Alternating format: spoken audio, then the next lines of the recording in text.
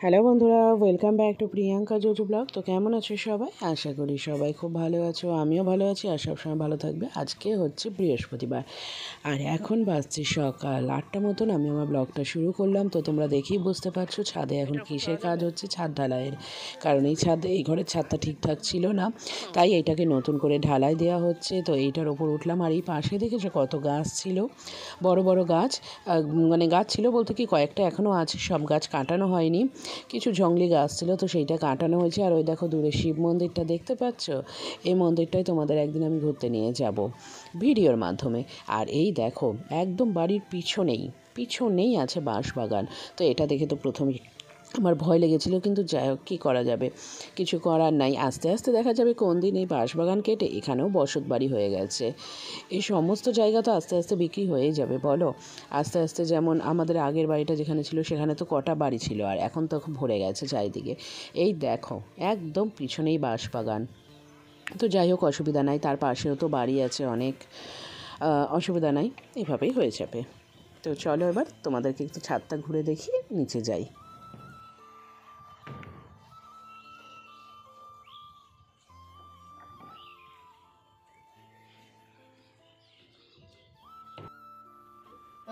সাড়ে 8টা বাজছে, আর আজকে মুড়ি তরকারি টিফিন দিতে এত কেন?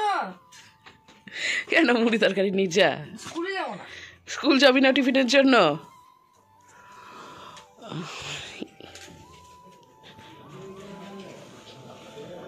কুজনকে বলছে মুড়ি তরকারি দিয়ে দিই, নিয়ে যা, নেবে না।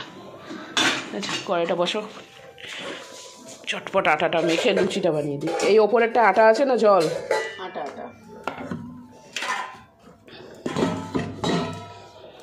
এক কাজ করছি, আটাটা এমনি তেল ছাড়া জল দিয়ে প্লেন মাখছি। কটা রুটি করে তুমি জিমিকেও স্ট্রবেরিকে দিতে পারবা সকালে খাবারের জন্য। দেখো ঠিক আছে? স্ট্রবেরিটা পরিষ্কার করা হয়নি। হ্যাঁ স্ট্রবেরিকে পরিষ্কার করছি, ঠিক আছে। হ্যাঁ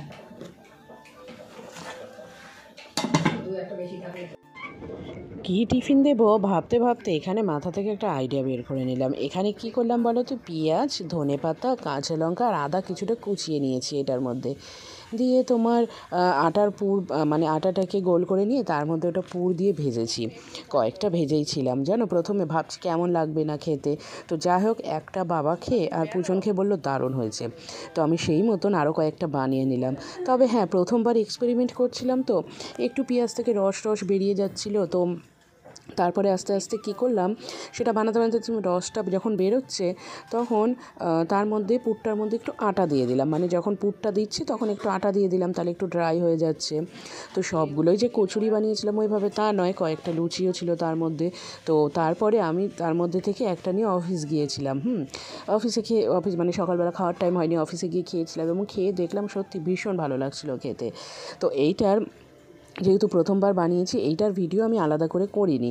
তো যেহেতু আমার খেতে ভীষণ ভালো লেগেছে, তো এইটার পদ্ধতিটা আমি তোমাদের আলাদা করে একদিন ভিডিও বানিয়ে দেখাবো। একদম অন্যরকম স্বাদের কচুরি, ভীষণ ভালো লাগছিলো খেতে। তো তোমরাও কিন্তু তখন ট্রাই করবে। হ্যাঁ তো এবার চলো চটপট তাহলে আমি টিফিনটা রেডি করে নিই।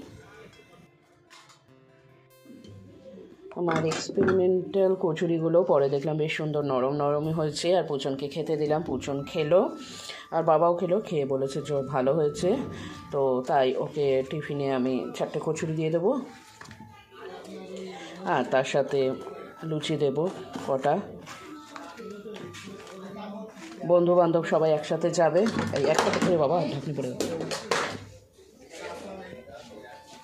একসাথে খাবে সবাই।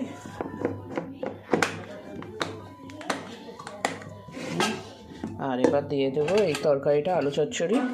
আর আজকে সকালে এখন দুপুরে রান্নাবান্নাগুলো হবে না, মা পুজো টুজো করে রান্না করবে, তাই আমি চলে যাব অফিস। আমি আবার আসবো দুপুরে খেতে।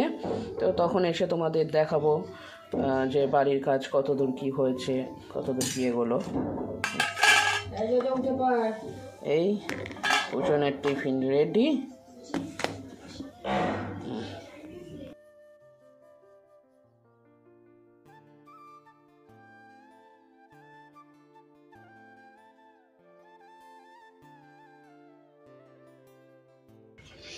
এক্ষুনি আসলাম বাড়িতে লাঞ্চ করতে। তো তোমাদেরকে দেখিয়ে দিই বাড়ির কাজটা কত দূর এগোলো। এটাতে যে কতদিন গোটা খাবো, এটা তো আমার ডেলি একটা করে খাওয়া। কি দূরে লাগলো। দাঁড়াও, এদিকে দেখো বালি নামছে, আর ওদিকে মা জামা কাপড় তুলছে, আর জিমির কাঁথাপত্র জিমি এদিকে আছে, আর এই যে স্ট্রবেরি এখানটায় আছে, রোদ পোহাচ্ছে। স্ট্রবেরি স্ট্রবেরি স্ট্রবেরি বাবা, চলো ছাদে যাই।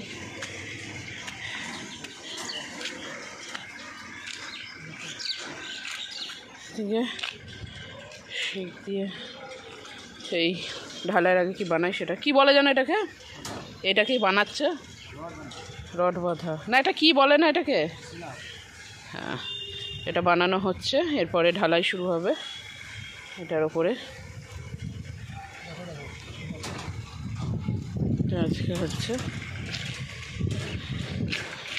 চলো নিচে যাই, দেখাই তোমাদের কী কী রান্নাবান্না হচ্ছে আজকে। বস এখানে, ও দিদু বসে রেখেছে নদূরে, নদূর খাচ্ছে আমার স্ট্রবেরি।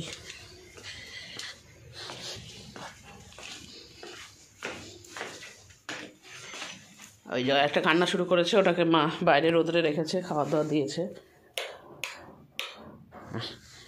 আলো জ্বলাচ্ছে।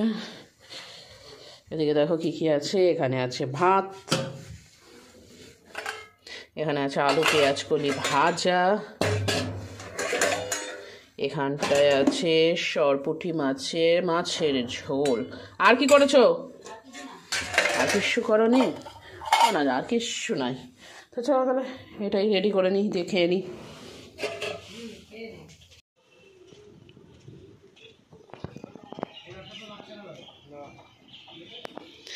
এখানে খাবারের থালা আমার রেডি করা হয়ে গেছে সুন্দরভাবে। এবার চটপট খাওয়া দাওয়াটা সেরে নিই। খাওয়া দাওয়া কমপ্লিট। তো এবার একটু দই নিয়ে নিলাম, মিষ্টি দই। তো এবার দই খাবো, আর ওইদিকে টিভি দেখছি, দিয়ে বেরিয়ে যাবো।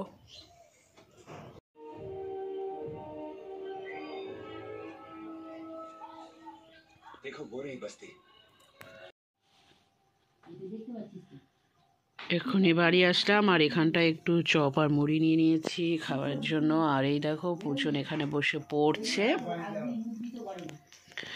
এবার আমি চুপচাপ খাওয়া দাওয়া করে নিই, এখন আর বেশি বক বক করবো না, কারণ বক বক করলে ওটা তাকিয়ে থাকবে। আজকে রাত্রে দেখো এইখানে মা বেলে দিচ্ছে রুটি, আর বাবা ওইদিকে ভাজছে রুটি। এইভাবে এবার মানে কম্বাইন্ডে আজকে রাত্রে ডিনার তৈরি হচ্ছে, মা আর বাবা সম্মিলিতভাবে। আর এই দিকে হচ্ছে ডিমের ঝোল, আজকে রুটি আর ডিমের ঝোল হয়েছে। এইদিকে দেখো ডিমের ঝোলটা দেখতেও বেশ সুন্দর হয়েছে। ডিমের ঝোলটাও বানিয়েছে বাবা, তার জন্য আজকে ডিমের ঝোলটা ভীষণই ঝাল হয়েছিল। তো যাই হোক, চলো তাহলে আজকে ব্লগটা এখানেই শেষ করছি। সবাই খুব ভালো থেকো, সুস্থ থেকো। আজকের মতন টাটা।